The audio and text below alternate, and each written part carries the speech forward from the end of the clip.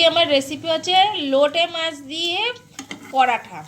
তা আমি এই যে প্রথমে পেঁয়াজ লঙ্কা আদা রসুন ভেজে নিয়েছি, আর এদিকে লোটে মাছ গরম করে সিদ্ধ করে সেখান থেকে আমি মাছগুলো আলাদা করে ওই নুন হলুদ দিয়ে মাখিয়ে নিয়েছি। এবার এর মধ্যে এইটা দিয়ে দেবো।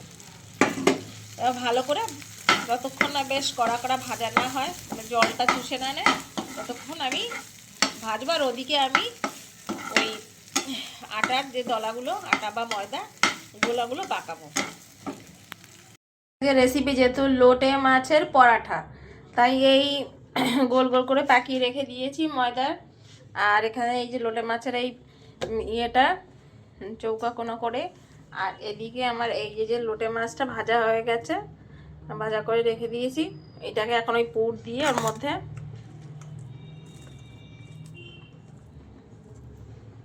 এবার পুর দিয়ে আমি এটাকে ফোল্ড করে এবার আমি বেলব। এই যে আমার লোটে মাছের পরোটা বেলা হয়ে গেছে। এদিকে আমি তেল গরম দিয়েছি, এখন আমি দেব ভাজার জন্য। আর এক পিঠ ভাজা হতে হতে আর একটা বেলতে থাকবো। ভাজা হয়ে গেছে, এই আর এক দু পিঠই ভাজা হয়ে গেছে আমার লোটে মাছের তৈরি পরাঠা।